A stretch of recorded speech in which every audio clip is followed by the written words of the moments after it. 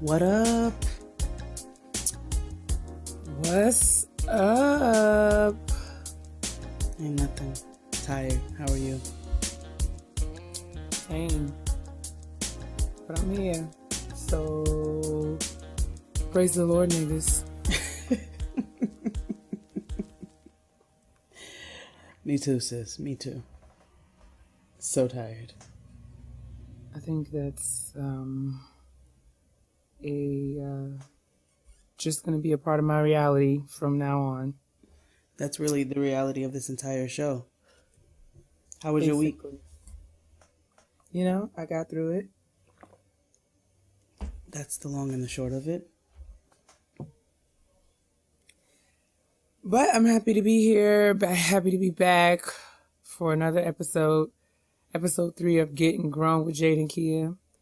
A big hey girl hey to all of our listeners, both male and female. Please know that you will be referred to as girl, because that's just how I refer to everything and everybody. But it's not at all intended to be pejorative. So, hey girl hey. Amen. Well, I guess we can just go ahead and get into it. Might as well. Hashtag might as well. Forgive me if I sound particularly dry today. I just have to be completely honest with where I am. I'm trying my best. But again, I'm happy to be here to record episode 3. And I want to again thank everyone who has been so super supportive of the show. Everybody who's listened.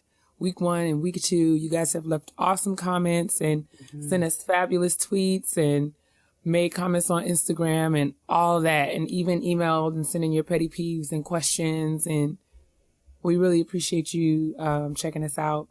And we hope that you'll stay tuned every week, every Tuesday. Continue to listen, continue to subscribe, continue to rate, continue to comment. We need all that stuff. So absolutely. Thanks again, guys. See, I can't even talk. Thanks again, guys, for all your help. So we will jump right on in here to shout out to my sis. My sis is popping right now, Shout out to my sis this week. We're going to shout out a sis in my head. So I don't know her personally, but in my head, we're good Judies. I want to give a big shout out to Amber Riley and all of her fantastic fabulousness. Yes, not only is Amber, snatching wigs in the United States of America, in her role on the show Glee, and she played Glinda the Good Witch in Fox's when they redid The Wiz did an amazing job last year. Yeah, she did an amazing job. Like, she's literally like every single thing. And not only, she decided recently to take her talents across the pond to London, where she is currently starring in Dreamgirls as the one Miss Effie White. So yesterday, I think it was April 9th, 2017. So Sunday, April 9th, 2017, Amber won the 2017 Olivier Award for Best Actress for that role. And I just think that she is so talented in just like all things. And for context, Olivier is similar to a Tony. Right. So it's like London's version of the Tony Awards. Yeah. So this is a big deal for Miss Amber. And she looks stunning and sickening on the red carpet. And she performed, and I am telling you, complete with the ugly note at the end. And turn the wigs back. It's turn the wigs around, girl. How you going to get a Dreamgirls reference wrong? Because I've only watched it once. Oh, you're irritating. Anyway. Jimmy want more. Jimmy want more. Jimmy want. Jimmy You're want. done. Jimmy want. You're done. You're done with not. your references I'm not. because you messed it up. They're alternative references. No, they're not. They are. That's what I'm calling them. You're a Republican. Shut your mouth. as I was saying before I was so rudely interrupted, Amber looked amazing on the red carpet. She sung And I Am Telling You, complete with the ugly note at the end that we all love. May! She gave us all of that. And she sung those white people up out of their seats. And it just blessed me. So I said, Amber's going to be our shout out to our sis this week because you popping, girl. Shout out to him. Sis is popping. Hey, but yeah, shout out to my sis. We love you, Amber. I hope that, I know she listens to the read, so she does. And she's such a great representation of a beautiful Black woman doing things, getting them done. So we definitely want to shout out Amber Riley. Yeah, girl. Only been in London for 5 minutes and snatching everybody's wig. We will continue to speak your name, Amber. Hallelujah. Thank you for being you. Kitchen Table Talk. Hey, sitting around the kitchen table. Drinking. Talking bull swanky. Somebody's playing cards. Somebody's playing, it's a solo game. Because nobody plays solitaire with real cards.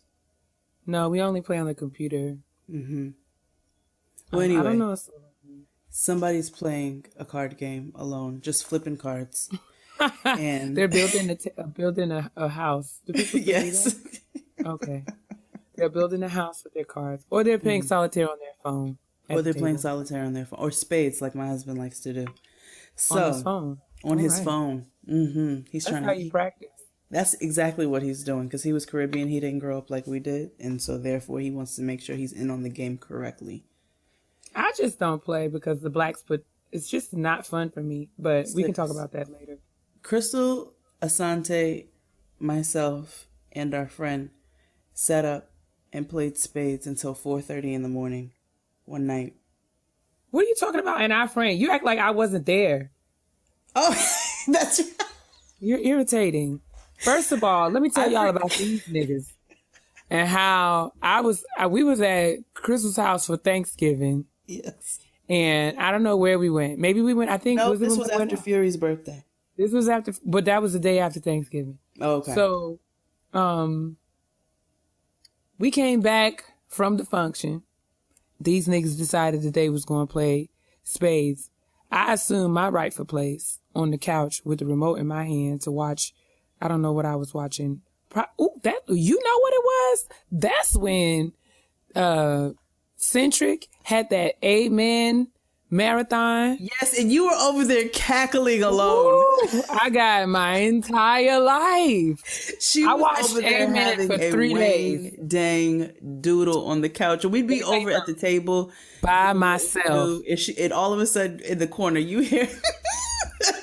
I would be in a full chest cackle, like it was amazing. It was amazing. We look over and it was just Keia. That's right. I don't need no help. I don't need nobody else. We got to Crystal's house probably like 11:30. Yes, and, bedtime.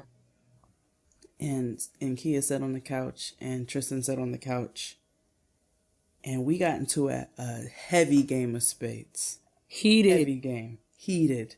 And every time he opened that grandpa eye to see if I was still playing, we would all stop because we wanted him to go back to sleep so we could finish the game. Yeah, that was a rousing game of spades. That was probably the longest game of spades I've ever played.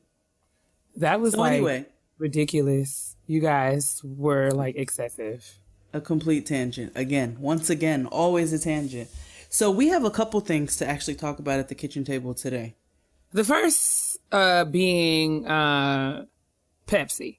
So we would be totally remiss in not, putting our 2 cents in the global dragging that has come as a result of Pepsi's completely ridiculous, nonsensical, Tyrese-esque. Yes, Tyrese-esque, useless, worthless advertisement of their terrible, terrible product, Pepsi, like the actual soda. So I feel like everyone, we've all can agree that it was just a terrible, terrible choice For those of you who may not know, Pepsi made a very, I don't even know how to describe it. It was just bad. Like it was just awful. It like was really just trash. It was did you see the SNL parody? I didn't. Oh, it was good. I'm sure that it was. It was but good. I mean, just imagine if you could just wrap up, if Terrible came in like bite-sized pieces. Dunkin' Donuts. If Terrible was like 1,000-piece puzzle, like all the pieces came together for this one commercial. Like that's what it was. Yeah, honestly. It made a complete whole. Like complete with Kendall Jenner throwing her wig at a black woman and stepping outside to dap up two black men who had just finished a break dancing competition. Like jigging for change. Like I mean, oh my word. So it had every wrong thing possible in it. We were watching it in my meeting today because I work, my day job, I work in advertisement. So we were watching it today in our morning meeting. And it was, we said we were going to make tally marks for every offensive thing that popped up on the screen. And I just got tired. My wrist just gave out on me because the commercial is just that awful. Like and literally then, every stereotype ever known. Like every race-based stereotype, gender-based, every religious, related to religious affiliations, religious beliefs, everyone. With the Asian playing the cello. Hello? Like every stereotype ever demonstrated in one 7-minute commercial. That's what Pepsi did. Not even, sis. It was not 7 minutes. Well, it just felt that long. It did. It felt torturous. Like I was just pleading for it to be over. So, I mean, the point we don't is, even need to recap the entire commercial. Yeah, I mean, I don't even know if I can find the words. There are no words for it. It was actually a pretty. Also, the SNL parody was so funny because it was a white man portraying to be like the creator of the commercial, right?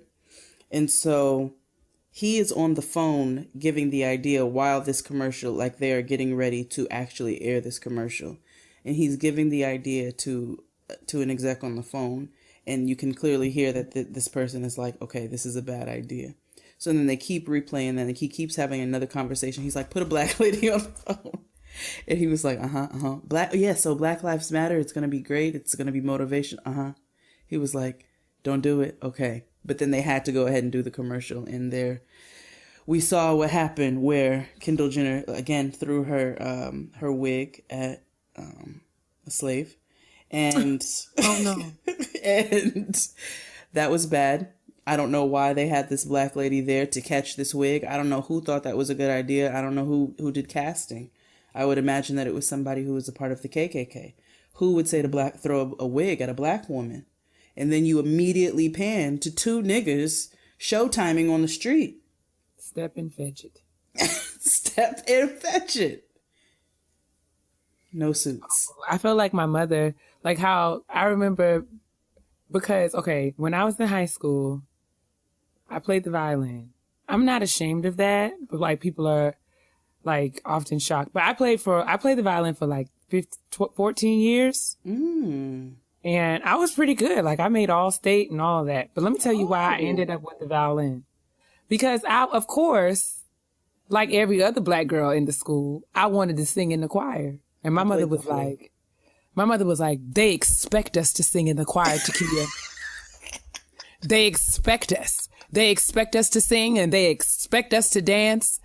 They don't expect you to play the violin. So I think you need to play the violin. Like, it was like a social movement. Yeah. And while I did come to love the instrument, while I was, good at it, and I'm excited. I mean, I'm grateful to have had the experience because, it taught me how to read music and it improved my ear and all that stuff. Mm-hmm. So it all worked out. But I will say that initially, I felt like my mother watching the commercial because as Kendall Jenner stepped outside and those two boys was dancing, I was just like, look at this. And then you And had I the said, Shea Butter Sweeties come down the street with their natural hair waving in the wind. Absolutely. And I said, well, what's next? Somebody going to dunk a basketball in a minute or something? My Jesus. I was so upset. Dap each other up. I said, did she fist bump these black boys? And like, oh, I was just over it. And then they laughed. Open And then mouth. it was like, oh my gosh, I love black people. Let me fist bump this black man. Like, oh. And I love Muslims and Asians who play the cello. It's all good. It was awful. Why do black mothers always dictate the instruments that you play? I don't know. And I wonder if I'm very much looking forward to motherhood, because I just wonder if I'm going to be that mom. I feel like I will, because no matter what, even though I said when I was younger, I'm never going to be like my mother, I feel like I'm going to be like her times 45 by the time I have a baby. So, yes, I'm new into motherhood. You know what I'm saying? Noah's only getting ready to be 4. But I do find that there are times that my mother will creep out, and it'll be those little moments where I'm like, oh man, this is when she was acting like a psycho. I should probably not do this.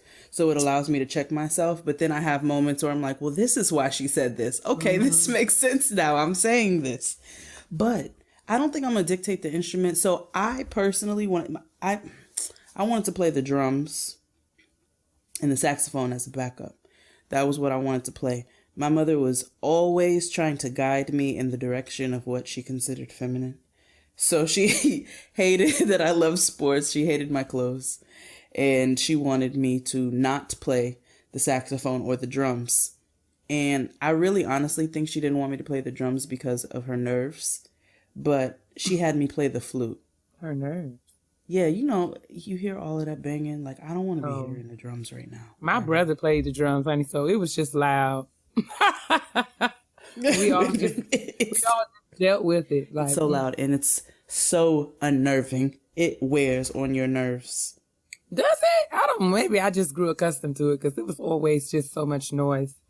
When you come home, just imagine yourself now when you're coming home from work. The last thing you want to hear is, I'm sure. I mean, I guess. It's a lot. And then cymbals, it's so much. But I get it. But no, they always dictate. That was another tangent. However. Yeah, but. I mean, I appreciate that I played the flute. I wish I would have stuck with it so I could play that Future song. Girl, I'm going to stop you right there. So, I brought this up so that we could talk about the fact that we all know that the commercial was terrible, but what I think is even more just detestable is that Pepsi has issued a public apology to Kendall Jenner for her role in the commercial. And I am just dumbfounded by that. So I guess the apology says Pepsi was trying to project a global message of unity, peace, and understanding. Clearly, we missed the mark. We apologize. We are pulling the content and halting any further rollout.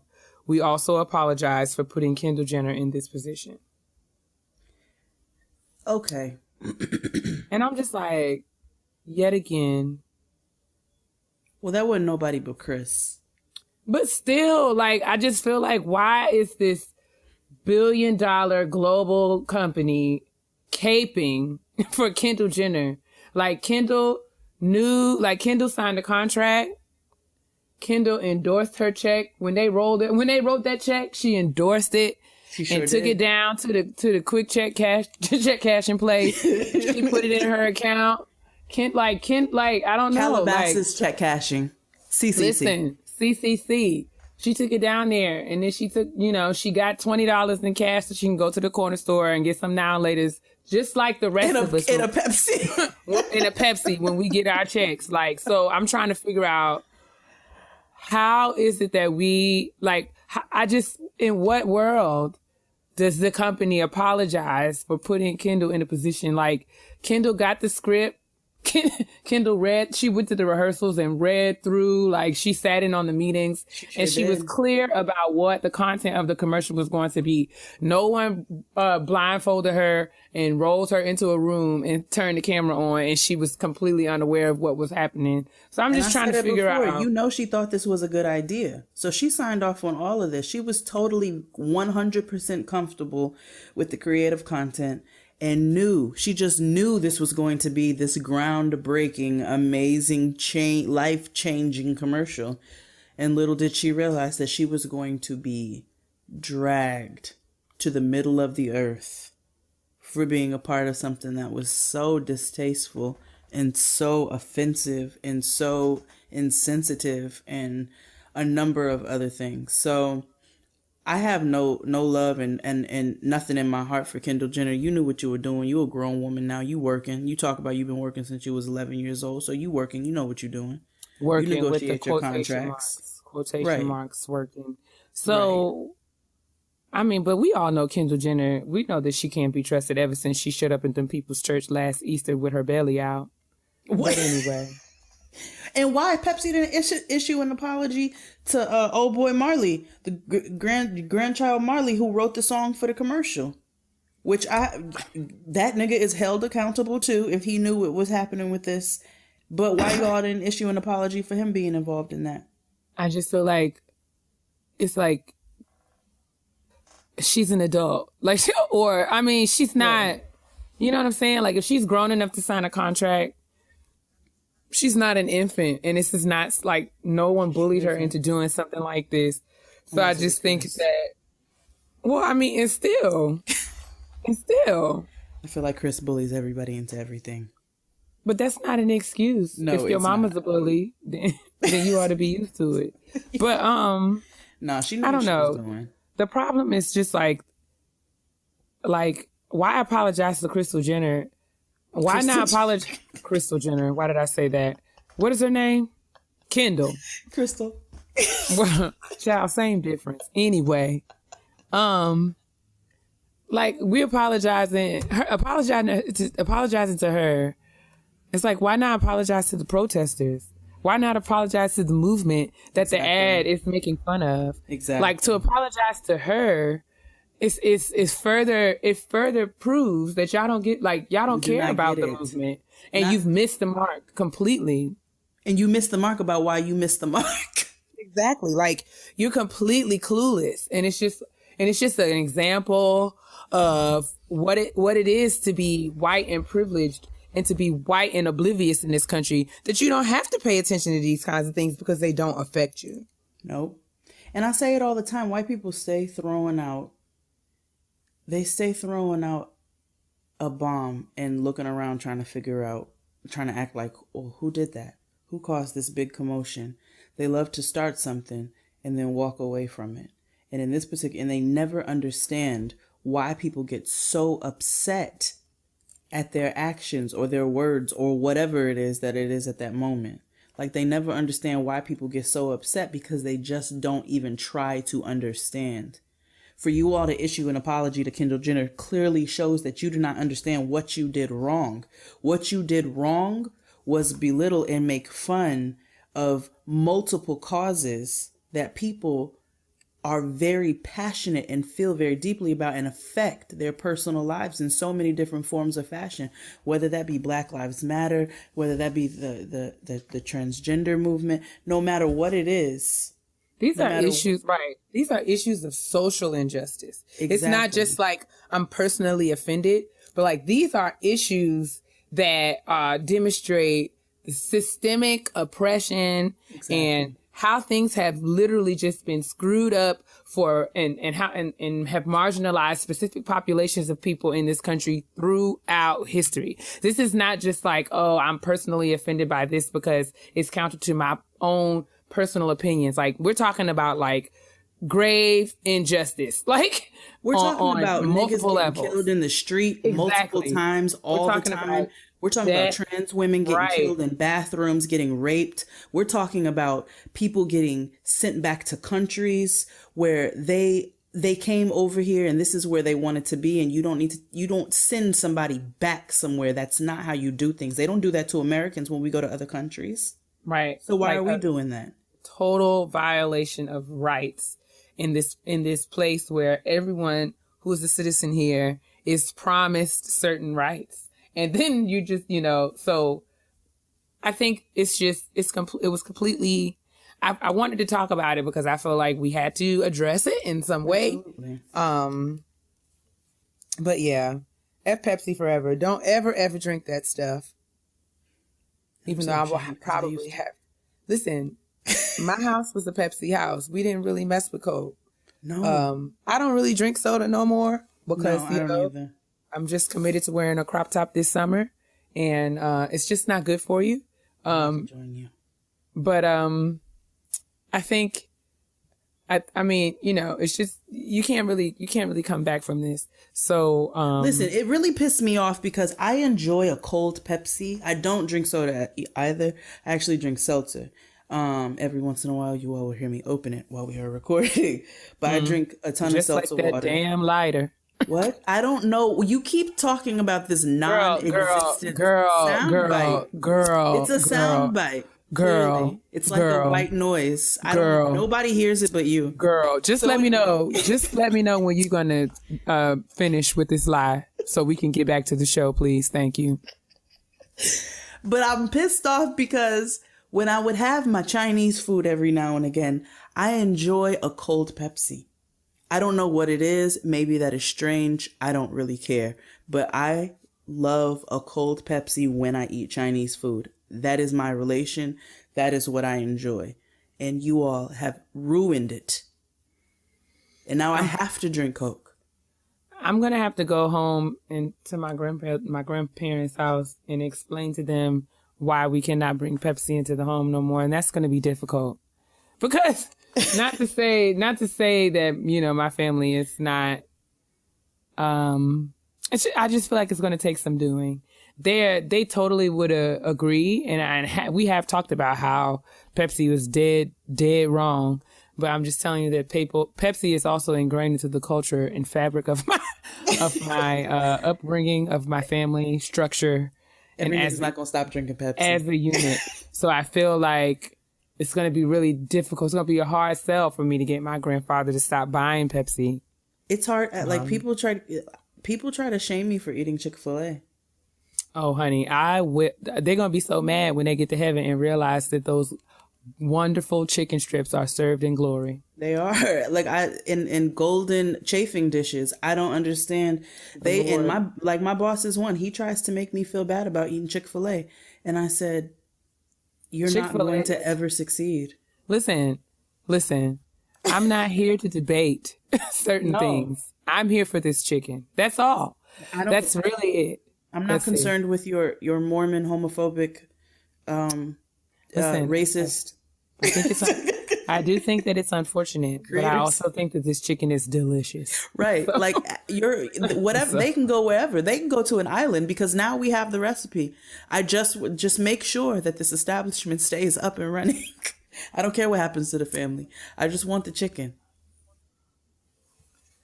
I don't know. We've got to do better. We have to do better. I think that, we all need to be aware of Pepsi products and govern ourselves accordingly because, we have to, realize we can do things to send Pepsi a message, just like we can do things to send other corporations a message that do terrible things. So absolutely. We should keep that in mind in the future. F Pepsi forever, since they want to apologize to Kendall Jenner. And since they're so dense that they don't even see or really understand the severity of their of offense that they have bestowed. Severity. Like it's just I can't even find my words. The severity. It's just that severe. It's grave. It's just about the bullshit that they like. That's really what it is. Mm-hmm. All those things. But yes, speaking of injustice, the next thing we're going to talk about at the kitchen table this week is The fact that women still don't make as much as our male counterparts. No. In just about every industry in just about every state. So last week on April 4th, 2017 was Equal Pay Day in the United States. Yep. And Equal Pay Day is a day that was established in dedication to raising awareness about the existing gender pay gap in this country. It's set to symbolize when women's pay earnings catch up to men's earnings. So how far into the current year women must work to earn what men earned in the previous year. Mm-hmm. So that for this year, the date was April 4th. Because according to the Institute of Women's Policy Research in 2015, female full-time year-round workers made only 80 cents for every dollar earned by men. So there's a gender wage gap of 20%. And if the change continues at the same slow pace as it has done for the past 50 years, it will take 44 years until 2059 for women to finally reach pay parity. For women of color, the rate of change is even slower. So Black women will have to wait until 2124, and Hispanic women will have to wait until 2248. So, this is like a real thing. And it's hard to believe that, in this day and age, we still have to contend with this. I read an article in Essence Magazine this week that really very nicely laid out, that this is an issue that affects every industry in every state,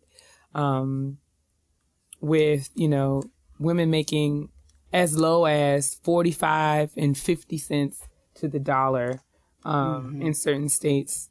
And it's just like, what? Like, I wanted to bring it up because I feel like it's important for us to be aware of these things so that we can, make choices that are going to be best for us as we navigate our lives and careers. So, like, given this information, what do you think there are some of the things that we can do as women to, make some sort of change or impact in this, or even change it, not even on a national level, but how can I, knowing this information, what are some things that I can do to kind of improve on my own situation?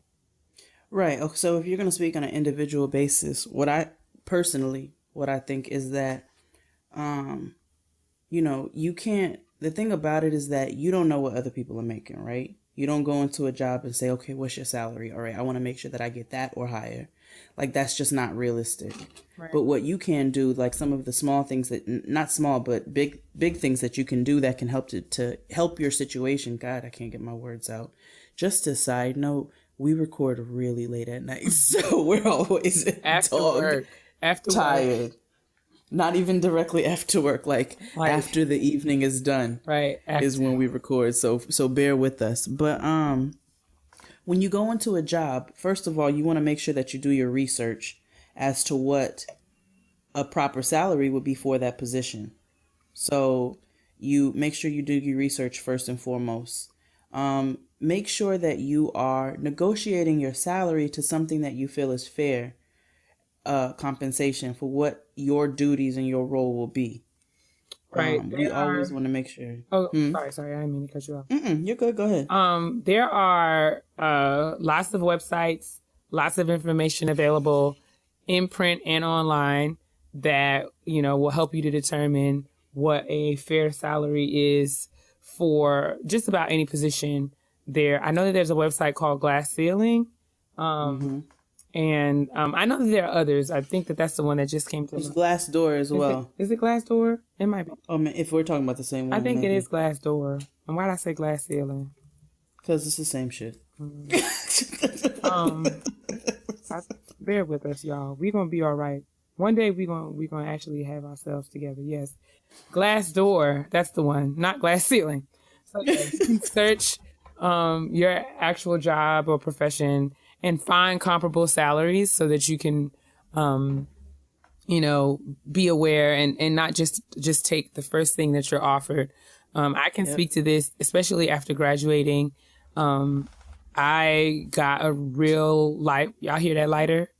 Did I make that up? I didn't hear anything. Oh, okay. I heard that. Okay, please. Anyway, right after graduating, I got offered a job, and the salary was not what I was expecting.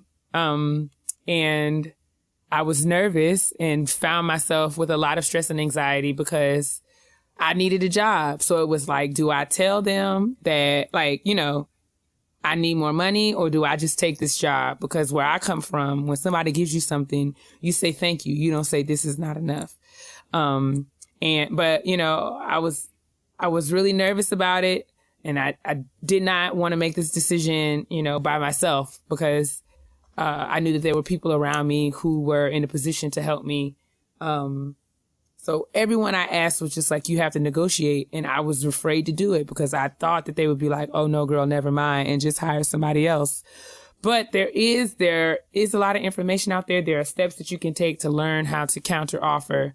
And that's what I did. And I was able to present that to the hiring manager, and we were able to negotiate some other things in order to get me closer to where I wanted to be. And it was kind of a life-changing experience for me, because I had never, at that point I was 33 years old, and I had never, ever, ever negotiated a salary. And I was embarrassed to say that at first, but I realized that I wasn't alone. When I started, digging and doing research, there are great books out there that and great resources that will really kind of school you and help you to make the right choices.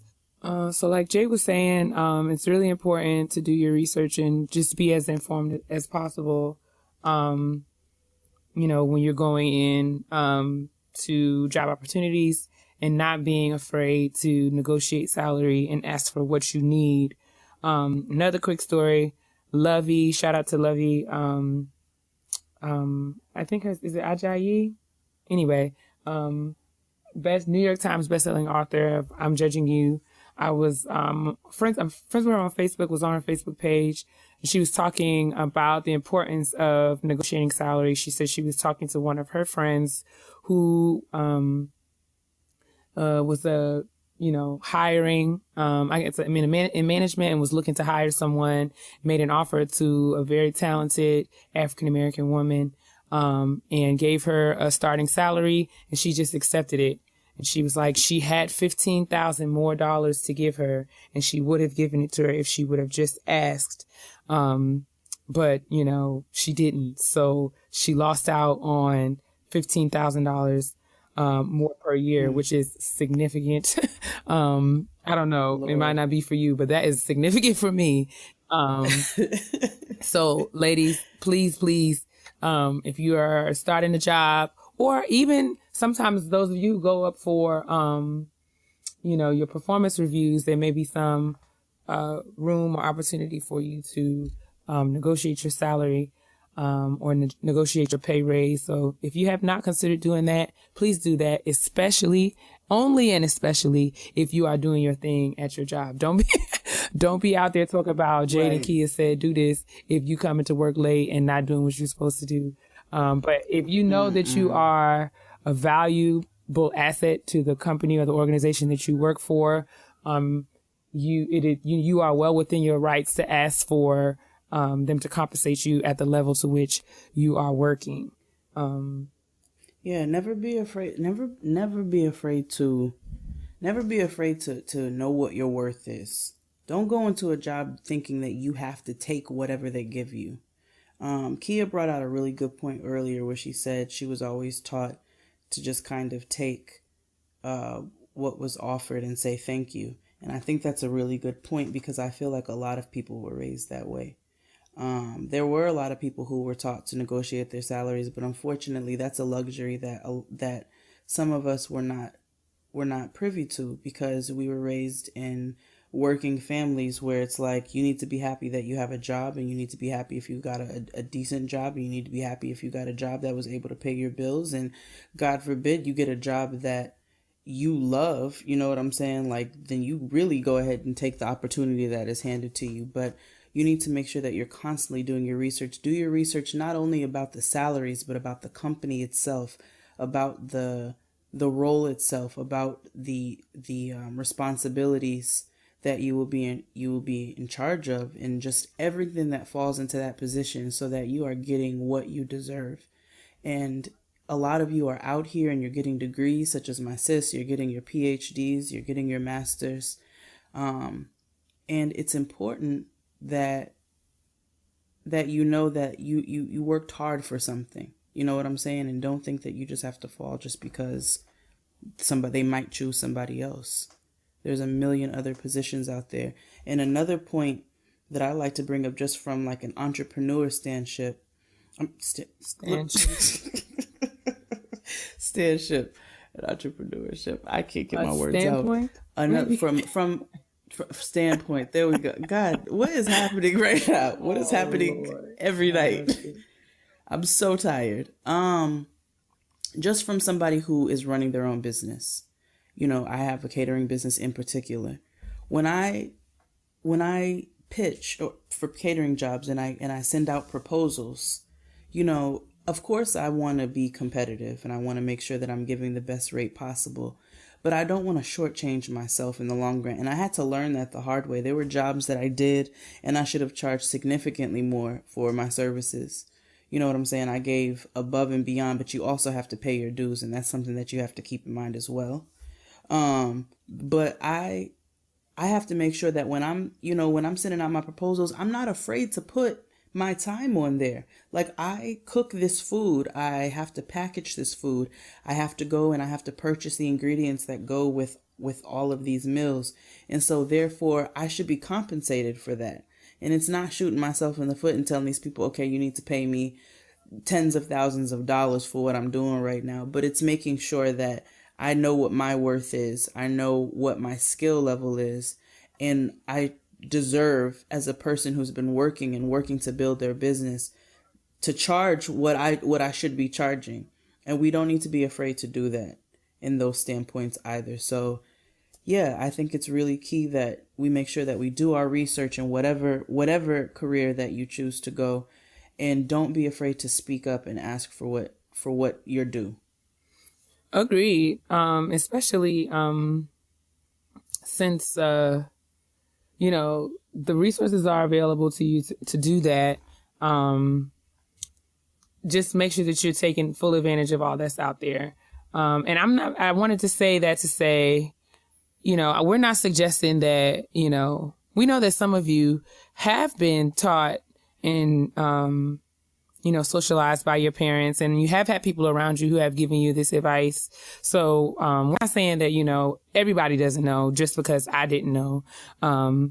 I'm just saying that, you know, there are people that don't know. So if you know that you know how to negotiate a salary, you know, check in with your sister friends and be like, hey girl, do you know what you know, share the wealth, share the knowledge, because I can speak for the contingent of those of us who are out here, you know, especially those of us who work in industries, you know, like education or social work, you know, nonprofit sectors that are not, you know, comparable to those other people who are working in accounting firms or working in law firms where there's more money generated and salaries are typically higher. I was kind of taught coming out of undergrad that, like, you know, you going into education or you going into certain fields, you kind of get what you get, like, and you don't really expect to, you know, don't expect this out of this world salary because of the industry that you're in. So I'm just saying that to say, you know, it's all about helping each other. So, if your dad taught you how to negotiate a salary, if your uncle, if your aunt, if your grandmother, your mom, you know, share the wealth and, you know, give some information on Twitter, on your social media, just share the wealth, because there are women out here who don't know. And, because they don't know, they, you know, are limiting themselves and limiting their families. And to your point, Jade, about being an entrepreneur in this age of, where the gender wage gap is what it is, and the, situation is all the more dire for women of color, I think it's in our best interest to, we are born hustlers. So now we have to really walk up in it, stand up in that. In addition to my day job, I'm taking on other entrepreneurial, opportunities because, I know that very recently y'all's president revoked the Obama protection for female workers, and signed an executive order that eliminated the 2014 Fair Pay and Safe Workplaces order that was established to ensure that companies and corporations and industries who have federal contracts, they have to obey labor and civil rights laws. So y'all's president did away with that. And, so that means that, the buffer, that was in place to help us to address the gender wage gap is now gone. So it would be in our best interest to kind of make sure that we can take care of ourselves. So I'm just have multiple streams of income, whatever talents that you have that you can maximize on and kind of create an, another form of income or revenue in your household. Definitely maximize on those things and take full advantage of those things, get out there and get this money because, we have to, be real intentional about these things because of the age that we are living in. That's I think all I got for Kitchen Table Talk today. Yeah, that wraps up Kitchen Table Talk. Make sure that you're sending your emails to gettinggrownpodcast@gmail.com. We welcome all questions.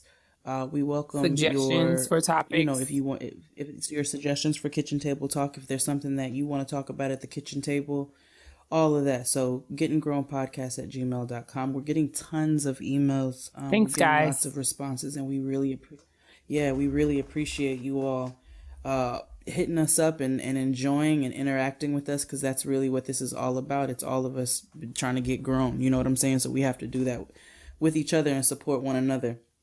So with that being said, we're going to call this segment the Honesty Box. You remember the Honesty Box? Yes, Facebook's worst feature ever. Let me ask you something. I'm so glad I don't think they did. I just know I had to take it off my page. I used it one time and I got this one message from someone that was like, "You think you all that and you ain't." And I was like, oh my God. I was an adult. I think I'm pretty sure. I hope that was no. So of course I called all my friends and we was trying to figure out who it was. I was like, oh my God. I'm trying to think when it was. It had to be. I know that I was out of college and I was out of UConn. So college. Because I didn't get Facebook until, because I'm old as Jack. So I didn't get Facebook, didn't come around until my first year out of college. I was at UConn when Facebook started for me, because it was 2004. Can you respond back on Honesty Box? I don't know. Because I sure would have been like, you right, and I am. Have a nice day. This had to be, this was a long time ago. I'm going to say it was a smooth 2008, 2009. And they was just like, oh my God, you walk around like you think you all that. And they said something about my teeth, like your teeth are jacked up or something. And I was just like, first of all, you have the straightest teeth I've ever known. I was like, what? Okay, so no, in full disclosure, I had braces as a child. Then my wisdom teeth came in and shifted my teeth. Then I got Invisalign. This was before I got Invisalign. But my teeth were never in my opinion, my teeth were never jacked. They just they were good and then they were not as good and then they got good again. But your teeth listen, are so somebody straight. told me that my teeth was jacked up and I think that I walk around like my stuff don't stink. And I was like, oh. So I took that honesty box. Keia, yes, I took that thing right off my page. The girl's got something to say. I've never been interested, but I do remember it. And it was so shady. And, it was so petty. It was. So that's why So we're gonna.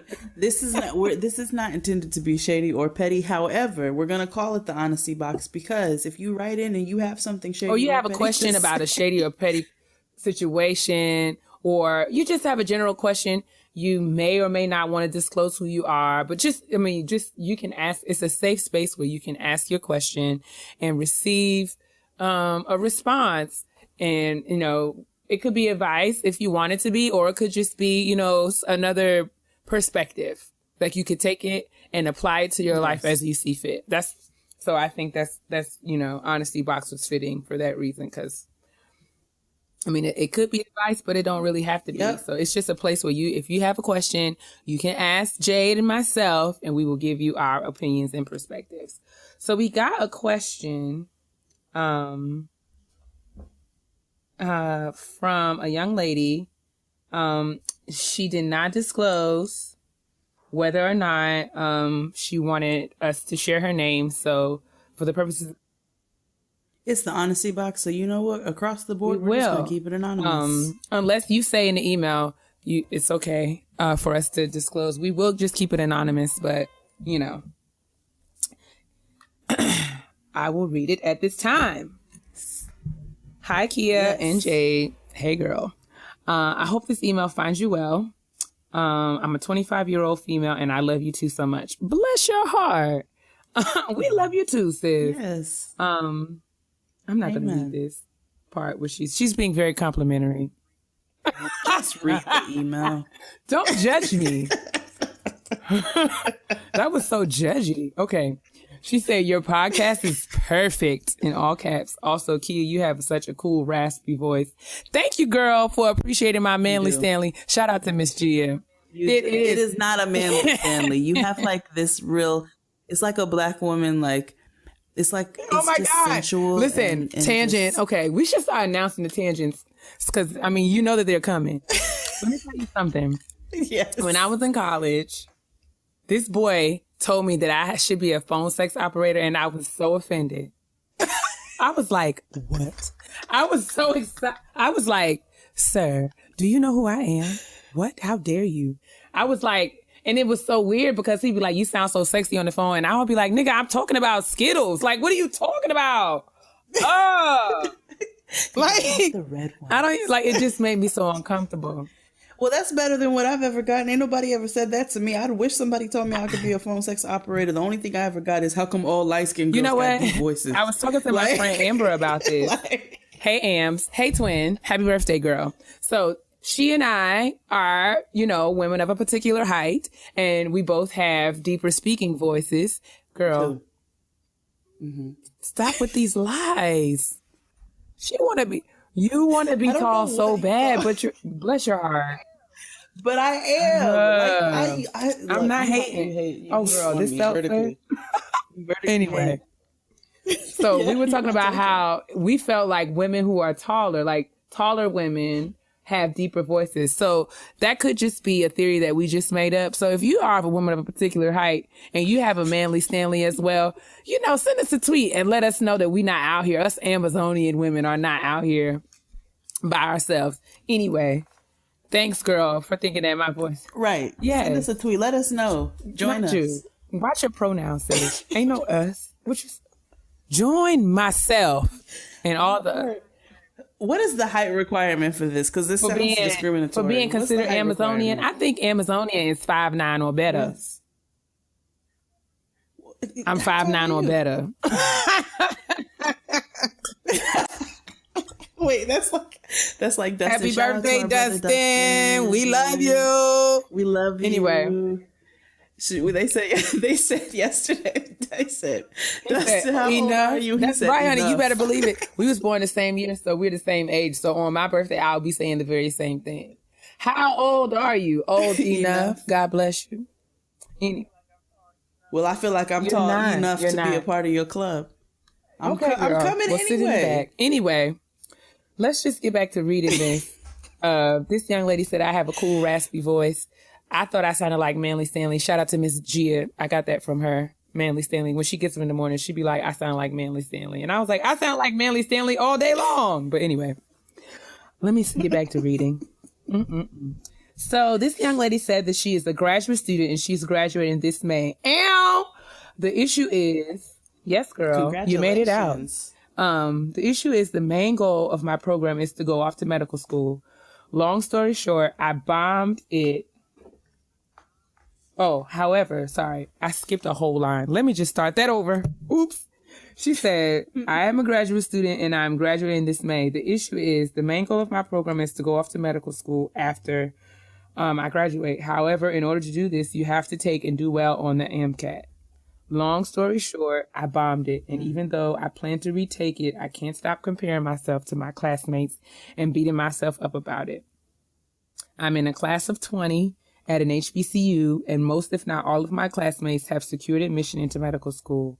Whenever someone asks me how my application cycle is going or whether I have gotten admissions anywhere or if I've got an interview, I feel extreme anxiety, almost like they can see through and can read all of my insecurities. Every time I think I'm over this failure, all my old feelings arise. How do I learn not to care so much about what people think? I also want to add that I'm the type of person that may give too much power to people and their opinions about me. I struggle with remaining confident and not caring. I would say that this is one of my biggest flaws. Any advice or guidance would help. Thank you and love you guys. Thank you for writing in and for being a part. Don't beat yourself up. I know that's easier said than done. And at the end of the day, you may listen to what I say and say, well, I still feel like shit. And that's fine. You have to realize that there are so many different types of tests that people have to take upon graduation of whatever. You've got the real estate exams. Real estate. That is, or what, I can't remember what the thing is called. Yeah, when you do real estate, you got to take a test. Well, anything that you need a license for, you got to take a test. Right. Anything you need a license for, you have to take a test. And a lot of times people don't pass the first time. A lot of it is nerves. You made your way through.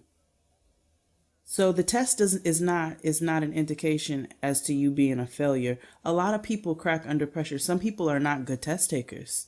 And you might have just been stressed. Don't beat yourself up about it and realize that you can't keep comparing yourself to everybody else. I know that is something that you're going to hear all the time, but it's very real. You can't compare yourself to other people. You don't know what their circumstances are. You may have a job. You may have things that you've had to focus on. You may have had nerves. You just feel differently. You're a different type of person than somebody else. And you can't compare yourself to them because they may have passed the test and you didn't. Just get yourself together, figure out how you can de-stress the best way possible, and take some time and take it again. That's it. That's it. Just take it until you can't take it no more. And the beautiful thing is that nobody's going to ask you how many times you had to take it in order to pass after you pass it. That's it. And that's it. You have to remember and I'm going to offer you this perspective. Nothing is ever wasted. So no experience that we have or we have to face in our lives, especially in school, in graduate school. I'm speaking from personal experience. Nothing is wasted. Mm-hmm. So we learn through successes and we learn through failures. And I can't really believe that I'm going to disclose this online because, on the internet, because, there's stigma, especially when you work in education, there's stigma around failing things or failing tests, but so what? So in my PhD program, you have to take comprehensive exams.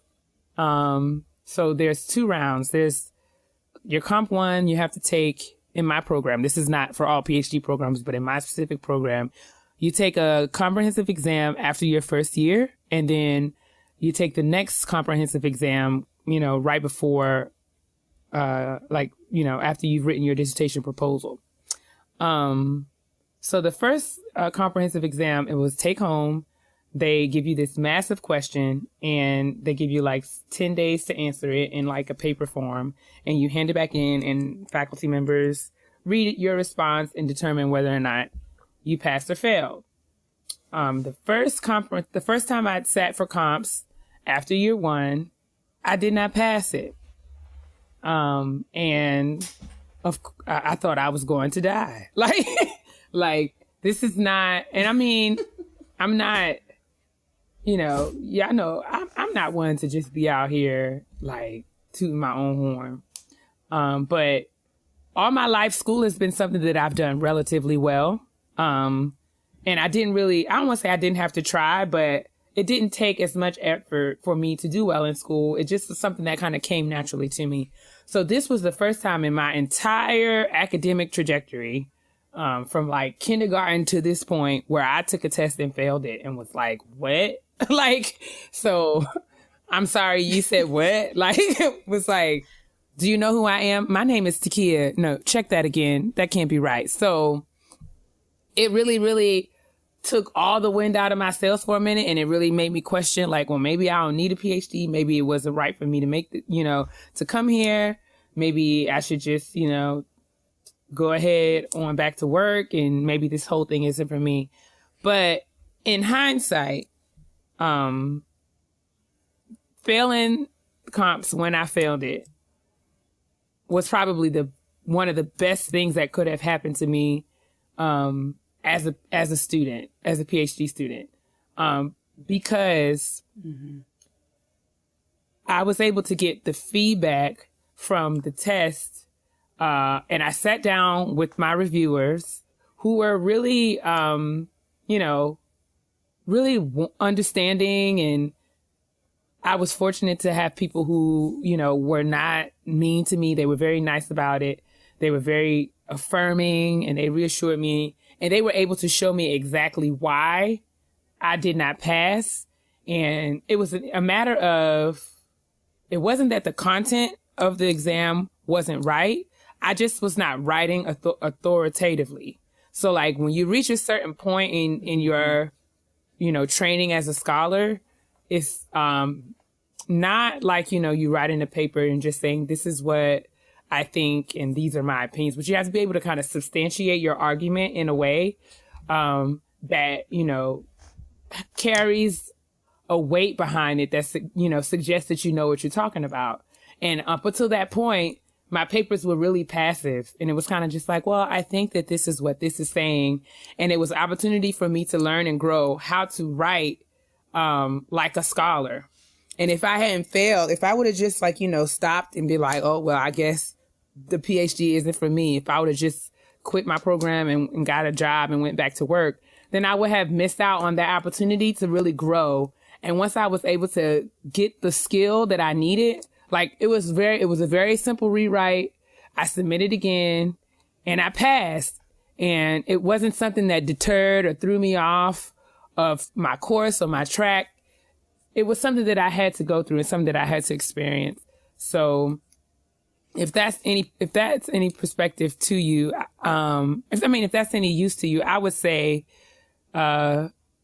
sit back and think about what it is that you can learn from this particular experience. See if you can think about think about all the things that led up to you taking the MCAT the last time, and try to, figure out what it is that may have caused you to not do as well, and then focus on that and improving that. And I promise you that in doing that, you'll grow. And when you do get your admission into medical school, you'll be the better for it, if that makes sense. Ooh, amen. Ooh, that was beautiful, sis. That was so nice. And I'm going to end on a confidence note. I'm going to tell you this from a nigga like me. I am not going to medical school. Have never considered it. Have never considered getting a PhD. And so when people ask you how things are going, have you started applying for jobs yet, whatever, and you start to feel anxiety because you think that they're seeing through you, like you said, or, they're seeing your insecurities, I guarantee you 95% of them have not done what you're doing. And I'm hoping that the majority of the people who are asking you are people that care about you. And if it's people that care about you, don't be afraid to say, you know what? I didn't pass my test the first time. But take Keia's advice, see what you can learn from it and how you can do it the next time. And you just say that and be like, you know what? I'm just going to try again. I'm getting some things together so that I can do it again, and then leave it at that. Sometimes you might be in your head a little bit more than you realize, and so take that and realize that most of these people, most of these niggas are not taking. It's real. And I mean, and then, to Jay's point, a lot of people, when we're students, we have to really be conscious of the fact that most people don't know what we experience as students and can't relate to what we go through. So I know when I was in the dissertation process, I really had to, I don't know if you remember this, Jay, but on my Facebook and, just kind of like in family group chats and family I really put a whole announcement out there and was like, can I have you guys' attention, please? Thank you very much. Don't ask me nothing else. Okay. Don't ask me no questions. I don't know the answers to your questions. I don't know when I'm going to be finished. I'm going to be finished just as soon as I get done. I will let you know when I'm finished. Don't ask me how long it's going to take. Don't ask me nothing. Like, I say that to say questions, we deal with enough pressure being in graduate school and having to take these difficult tests and write these papers and books and all the things that go into our training as graduate students. And don't compound that with asking me every 3 days, so how's it going? It's going just like it was on Tuesday, right. Sis. Like, I promise you. I promise. And I know that you guys just want us to know that you're engaged and you praying. Just say, I'm thinking about you. I'm praying for you. I know that you can do it. But sometimes when y'all continue to bombard people with questions, it makes things worse because it puts more pressure on us. I had to let my family know, don't ask me when graduation is. I will tell you when it is. You will have time to get your house in order so you can come, but just don't ask me no more. And it's okay. So if you need to tell people to stop asking you, when have you gotten your admission? It's like, hey sis, I will make an announcement. I'll wear a t-shirt. I'll buy you a button just as soon as I get in somewhere. Don't ask me no more. It's okay. It's okay for you to say that. Yeah. Don't feel bad about it. It is your business. This is your process. You have to pay for the MCAT and you have to pay for medical school. Them niggas are not going to open up, what's some things called? What's some GoFundMes? They're not going to start no GoFundMe to buy you a textbook or nothing. So nope. What you can do is ask them to mind their very, very own business. And it's just as simple as that. Yeah. And all you can say it with love of Jesus Christ in your heart. You don't have to be mean about it. You could just be like, hey sis, that's all I got for you. And that's really it. And that goes across the board with all your business. It is always okay to say, it's none of your business. Don't ask me anything else. We can apply that But that's our honesty box question for this episode. We thank the young lady who sent us this question, and we hope that what we said was helpful to you. So like Jay said, go ahead. Oh yeah. No, I was just going to say, make sure you send your honesty box questions to Getting Grown Podcast. GettinGrownPodcast@gmail.com. And I want to be very responsible of the things I say to my sister. Because everybody know I can be real petty. P-E to the T-T-Y, honey. Petty peeves time. Petty peeves. You got to figure out, we just keep singing things. Petty peeves. Petty. We so petty. We real petty. You can't really. Your neck hurt, my chain heavy. Petty. That's a play on Gucci Mane. Of course, because all things that come out of your mouth are a play on Gucci. That's right. I love the Gucci Mane. So this week in petty peeves, I guess I'll go first. Go for it.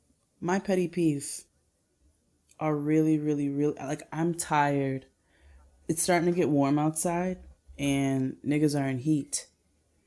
They come out in droves and they say stupid things, and I'm tired of niggas saying things that they can't possibly think are getting ready to get somebody to pay them any sort of positive attention. So I'm walking down the street today and this nigga comes up and starts walking next to me. Not interested. I have my headphones on. Why do you talk to people when they have their headphones on? And I wear big, giant Sony headphones on top of my head, covering my ears like muffs. In the summertime, I'm sweating. but I thought it protected me from the niggas, but it doesn't. So this nigga comes up to me today and he's like, oh, you made my cell phone go off. You make everything go off. I'm not interested. I just keep walking. People are still using pickup lines in this day and age. Oh, wait. So I'm like, I'm acting like I don't hear him. I keep walking. Is it okay? Can I get in touch with you? So finally I take one headphone halfway off of my ear and I said, I'm married. Married to the game. Sir. That's my petty peeve. Because I am. And you think that I'm going to just fall and give you my phone number and we're going to live happily in love. Me and 4 of your kids. My petty peeve is for the women who respond to these kinds of things. Because you are the reason why people say this nonsense. It's the same women who listen to Tyrese. So, lost cause. Oh, I just want y'all to do better. Please don't give these niggas the power. Don't give them the okay to continue to say these awful things to women as they walk down the street. What woman is going to be like? Yeah, I'm married to the game. Married to the game. You're absolutely right. I'm the plug. What you want? How do you think I'm getting ready to come back with a response to that? Like, what is your... You didn't think this through. And I hate to Yandy Smith the world and like throw up my ring finger for everything, but if you continue to talk to me... When you the wife, I secure the bag. Don't holler at me. I secure the bag. I'm your nigga, you're my bitch. So, oh my God. That's what she was singing in that video.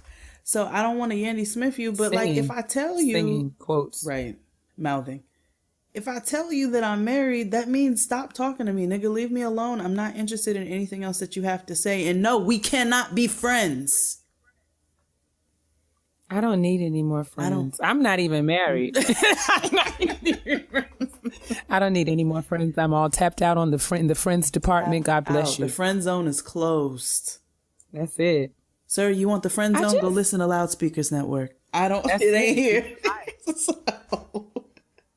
It's like, what? So that's my petty peeve. Niggas who still use pickup lines and who use pickup lines that they can't possibly think that are getting ready to attract a woman.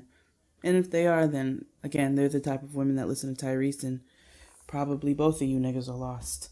What's your petty peeve, sis?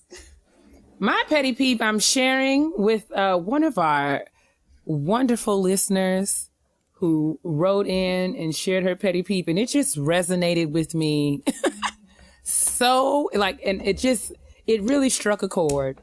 So I decided that I was going to read her petty peeve and expound on it, you know, because I too, this is a petty peeve that she and I share. So shout out to a Miss Joy Ashley Johnson. I hope that it's okay to say your name, sis. Jaj. Yeah. So I'm going to read her petty peeve. The subject line on the email is, who made the greens? Woo, this is my kind of carrying on. I'm excited. Okay. First off, thank you for being such great vessels. Y'all are amazing and your platform is awesome. Thank you, Josh. We love you, sis. If you're anything like myself, you hate the corporate potluck. My God, today. Gosh. She said, having to pay out of what little paycheck you receive to have to feed a bunch of adults burns me up. Potlucks are disgusting. Literally a cesspool of germs, seen and unseen.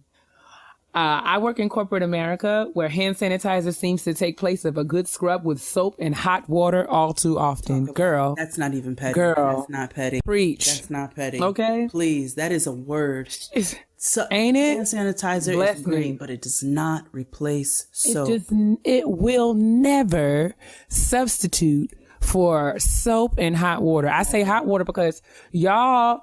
Listen, stop being childish and washing your hands in cold water because you need to let the dirt know that you mean business. And the temperature of your water is going to tell the dirt, oh, we got to get the hell out of here. That's what. Listen, Stop washing your hands in cold And water. your dishes. Oh, please. If you're washing your dishes in cold water, you're running the risk of contracting some sort of disease. You're not serious about your life, and I want you to do better. Come on.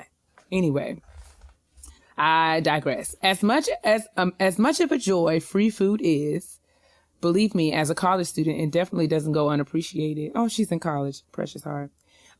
If it's one thing I cannot partake in, is homemade food made by people I partially like. Girl, say it again.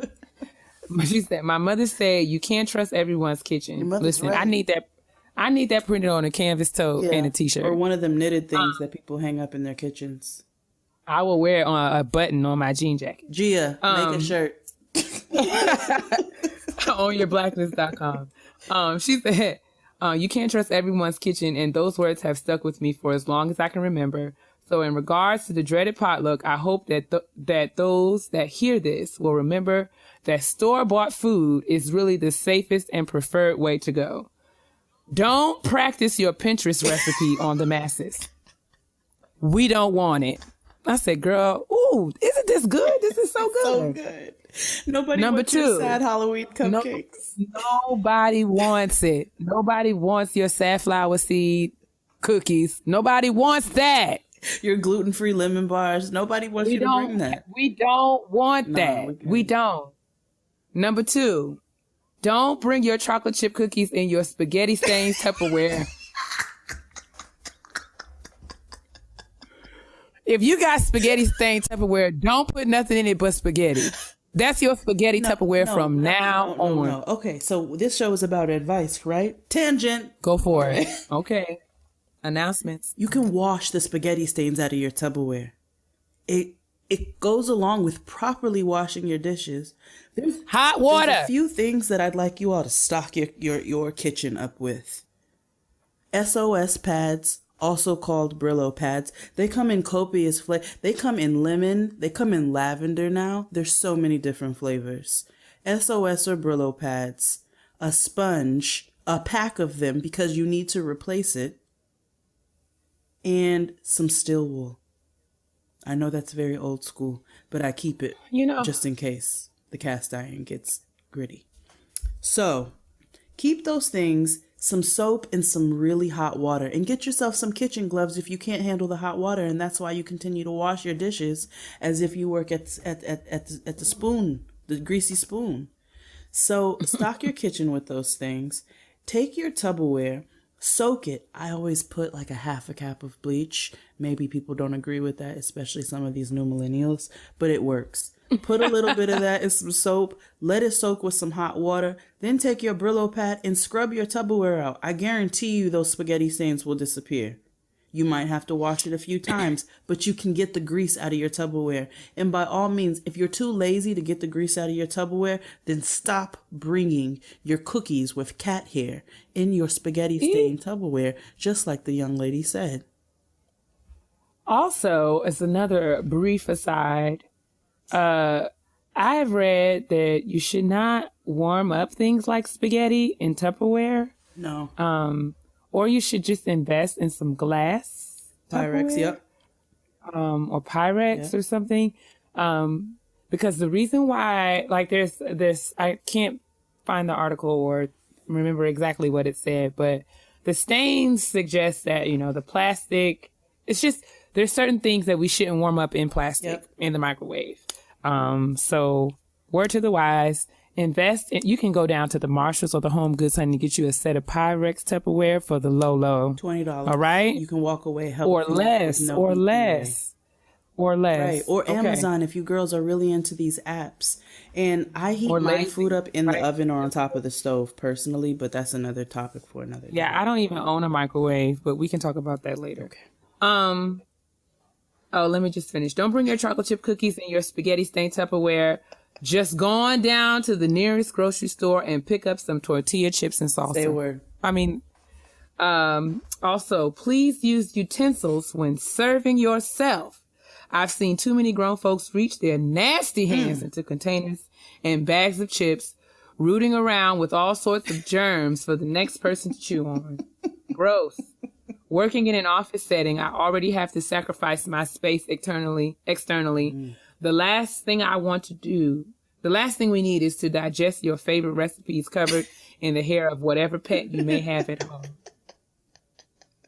Now that right there. Okay, I have another story. Yes. This was my first job ever. Well, not my first job ever, but my first job after when I left UConn and I got a on campus, like administrative position on campus. My department had like a Christmas potluck, and one of the counselors in the division cut his finger on, like he had a paper cut. He had a Band-Aid on his thumb. We was at the potluck, and that baby reached his, like there was a ladle in the punch bowl. And when I tell you that Band-Aid went into that punch. Oh no. And I just couldn't find my words, but I audibly gasped. Like, it was like, and everyone was like, what's wrong? What's wrong? And I was like, I just have to go. I just can't stay. Oh my God. I would have screamed it like bomb. I would have been like, Band-Aid in the punch bowl. I was so flustered. And his boss, who was like my mentor at the job, like when I got hired, like you got a mentor in the department, like the next person up from you, not your, like someone who was on the same employment level as your supervisor, but wasn't your direct supervisor. So I was assistant director in my program. She was the director of another program. She kind of like saw that I was visibly shaken because I wanted to yell at him, but I was like, it was literally like, I had only been there for like three weeks and I was nervous. I didn't know what to do.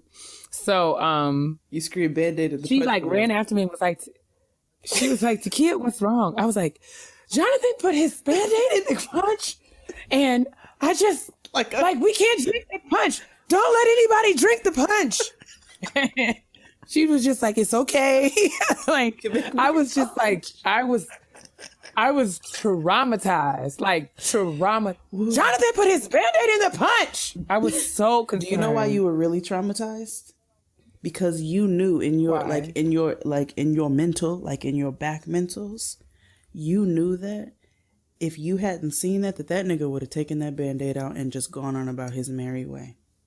I was like, I couldn't. My heart was beating so fast. My heart is beating fast now. Experience. Thinking about Ooh, but yes. Oh. Josh, you had did that, sis, because girl, you had hit the nail on the head with all of these good pearls of wisdom that that's why I had to read it.